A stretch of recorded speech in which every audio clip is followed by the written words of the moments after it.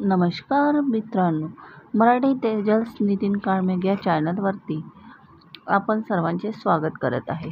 Big बॉसच्या 5व्या पर्वामध्ये सहभाग झालेल्या स्पर्धक अभिनेता आणि बारामतीचा रांगडागडी वैभव चव्हाण यांच्याविषयी संपूर्ण माहिती आज आपण पाहणार आहोत. त्याआधी आपल्या चॅनलवरती सबस्क्राईब केले नसेल तर चॅनलला सबस्क्राईब करून घ्या. पाहूया वैभवची पर्सनल लाईफ. त्याचं खरं नाव आहे वैभव अभिजित चव्हाण. जन्म 10 मार्च 1993.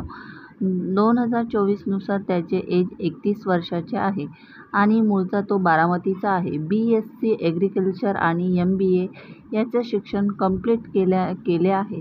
त्याला बॉडी बिल्डरचा, जिमिंगचा खूपच आवड आहे. इंस्टाग्रामवर सध्या त्याचे 50K एवढे फॉलोअर्स पूर्ण झालेले आहे. वैभव याचा आजपर्यंतचा करिअर प्रवास. वैभव याने BSc ॲग्रिकल्चर MBA चे शिक्षण पूर्ण केल्यानंतर बारामती येथे सायबर डायनामिक्स येथे ॲग्रो या कंपनीमध्ये सर्वप्रथम काम केले.